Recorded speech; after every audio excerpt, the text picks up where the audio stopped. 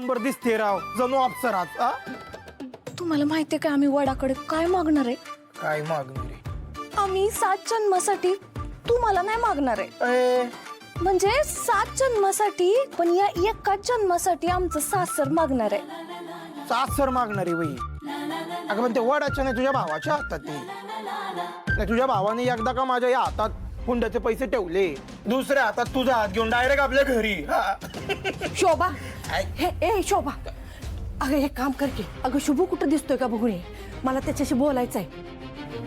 हाय अगं, पण आज अचानक झालं काय असं? मी सांगतोय तेवढं कर की. जा शुभूला शोधून घेऊन. हाय, आज वटपौर्णिमा आहे ना, आम्हाला पूजेला जायचंय आणि मांडायला पण उशीर होईल. आणि अण्णा आहेत की, अण्णांना सांग आम्ही येतो. तुझ्या पूजेचा नंतर बघूया, आधी मी सांगितलेलं कर. आणि काल अण्णांची अवस्था कशी झाली होती बघितली नाहीस का? विसरलीस काय? हो हो सासूबाई, तुम्हीच त्या शुभूला हकलला नव्हतं. मग आता कसला पुळका आलाय हो? जावई बापू, तुम्ही जरा शांत बसा. हे काय? हे बघा, श्रावणीचं लगीन मोडून शुभचं लगीन स्वीटीशी झालं, तर स्वीटी आपल्या सानिकाचं लगीन इंद्रनीलशी करून द्यायला तयार झाली आहे. म्हणजे कसं, आपली चिंता आणि काळजी मिटली, कायमचं टेन्शन निघून जाईल. ओ ओ सासूबाई, एवढंच आहे ना. मला खबर लागलीये, तुला सांगायचं राहिलं ते. श्रावणी आज मॅजिस्ट्रेट समोर जाऊन जबानी देणार आहे शुभू विरोधात.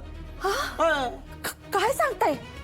हो जावई बापू, एक नंबर गोष्ट झाली. अहो सोंटी वाचून खोकला गेला म्हणायचं की. मला असं वाटतं की या जबानीमुळे तुमच्या शुभूला परत जेलची हवा खावी लागेल, असं मला वाटतं.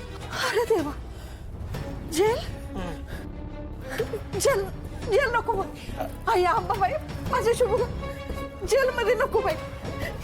ए शोभे, जा ना जा, हुडकून आणखी त्याला कुठं आहे तो. आता कुठं जाऊ आहे आम्ही? एक काम कर, फोन कर, फोन कर. बर, फोन. शुभूला बरं नाही वाटत, त्याला आता रक्ताची उलटी झाली. प्लीज बाहेर या ना, त्याची कंडिशन खरंच खूप सिरियस आहे. प्लीज या ना बाहेर. थांब थांब थांब, फोन नका करू, फोन नका करू. हे बघ, काल त्याची तब्येत जरा ठीक नव्हती, त्याला उलट्या होत होत्या. तो ना इथंच कुठंतरी जवळच्या सरकारी दवाखान्यात ऍडमिट असेल ग. जा पटकन जाऊन बोलवून घेऊन ये. होय, जातो आम्ही, तू शांत हो जरा.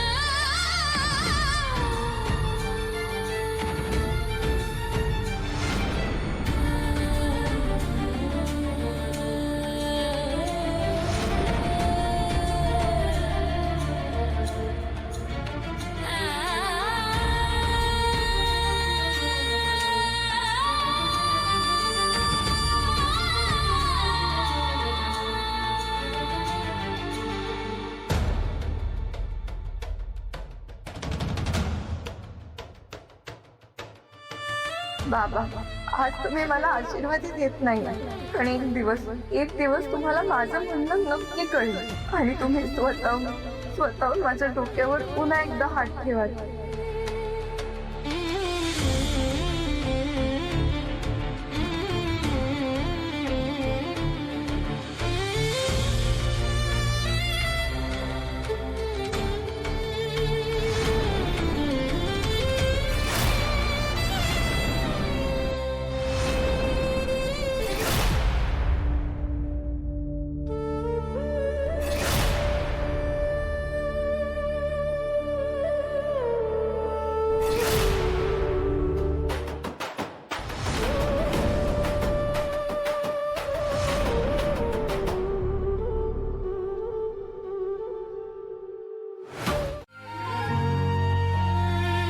श्रावणी, तू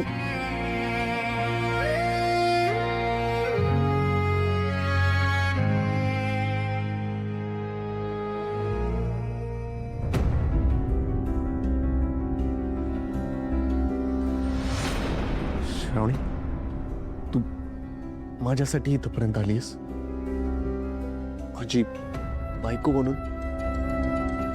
तू कशासाठी करतेस हे सगळं? शुभू, कारण तुला माझी गरज आहे. साहेबासने कळालं की लय मोठा अनर्थ होईल.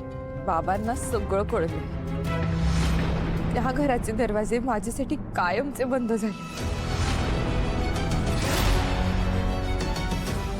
मी कायमची तुझ्याकडे आले आणि आता तुला सोडून मी कुठेच जाणार नाही. श्रावणी, तू एवढं मोठं टोकाचं पाऊल का उचललीस? स्वतःचं आयुष्य तू का पणाला लावतीयस? कारण मला मोक्षाने खरं काय ते सगळं सांगितलं शुभू. पण श्रावणी, तू स्वतःच्या वडिलांच्या प्रेमासाठी, मायेसाठी आयुष्यभर झुरत होतीस ग. त्यांच्या सुखासाठी तू नेहमी आसुसलेली असायचीस. मग आता हे सगळं अचानक कशासाठी? सत्यासाठी, तुझ्यावरच्या विश्वासासाठी. आता आपल्या दोघांना एकमेकांची साथ द्यायला हवी.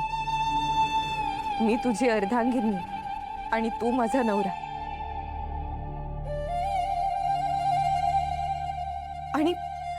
आणि मला विश्वास आहे एक दिवस बाबांना तुझा खरेपणा नक्की कळेल.